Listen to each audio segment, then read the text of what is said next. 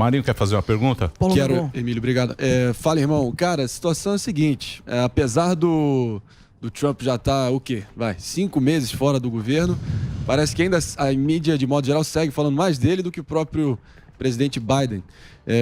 Como você sabe, uma das grandes histórias do governo Trump foi o caso da crise permanente com as agências de inteligência, vide FBI, CIA, Agência Nacional de Segurança, como pessoas do alto escalão dessas 3 agências, junto com o Partido Democrata, tentaram boicotar a equipe de transição do Trump quando ele foi eleito, e isso gerou diversos inquéritos, uma caça às bruxas interminável, e não gerou efetivamente nada. Mas agora, já no governo Biden, democratas de volta com as rédeas do poder, a gente viu semana passada o FBI invadindo a casa do ex-prefeito de Nova York, Rudy Giuliani, figura famosa, conhecida mundo afora, prefeito de Nova York durante o 11 de setembro e advogado pessoal do ex-presidente Trump.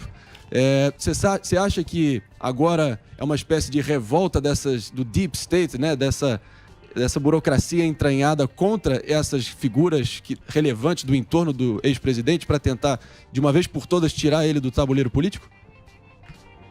É uma ótima pergunta, André. Você lembra que hoje sabe-se, né, por causa da operação chamada Crossfire Hurricane, que o pessoal chamou de Obama Gate lá atrás, que houve uma tentativa coordenada de agentes do FBI com o apoio de figuras de primeiro escalão do FBI, diretor de contra-inteligência, etc., para derrubar o Donald Trump, para impedir que ele se elegesse num primeiro momento e depois com ele já em transição com tentativa de derrubá-lo, com vazamentos para a imprensa, com prisões de aliados ao Donald Trump, com o objetivo de pressioná-los para fazer uma delação ou qualquer coisa do tipo. A gente teve aqui vários, né? A mais icônica foi a do general Michael Flynn, que depois acabou perdoado pelo Donald Trump, e nem assim o juiz quis largar o osso, né?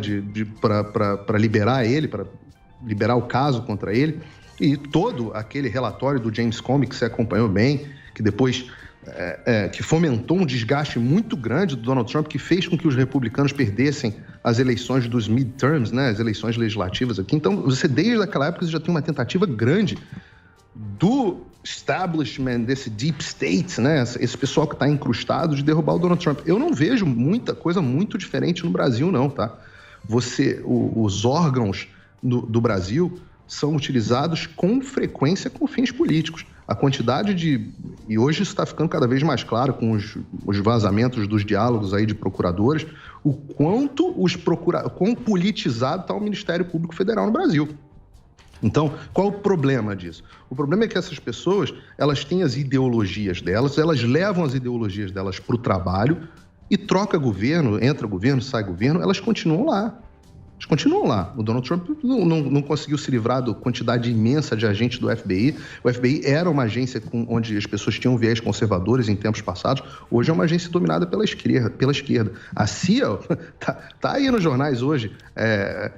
A lacração que a CIA está começando a entrar. A CIA está virando uma agência de lacração. Está começando a entrar transgenderismo, feminismo, dentro da CIA, de uma agência de inteligência. Então, disso você não se livra quando troca o governo. Não se livra. E aí qual é o perigo? O perigo é quando você começa a utilizar órgãos públicos para você ir atrás de adversários políticos. E aí você consegue arruinar a reputação das pessoas, fazer com que elas gastem fortunas com advogados. Você consegue fazer com que, sei lá, digamos assim, o sujeito tenha... pode até ficar preso até que se prove o contrário. Você pensa no caso do Michael Flynn. A vida dele foi arruinada durante 2 anos até que ele fosse finalmente perdoado pelo Donald Trump. Então, essa é uma discussão que está acontecendo no mundo.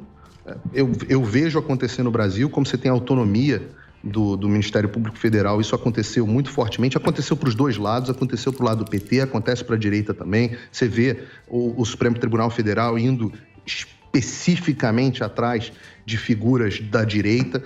Então, a pergunta que a gente quer é, como é que a gente vai deixar? A gente vai deixar que o Estado tenha o poder de perseguir politicamente as pessoas de quem ele discorda?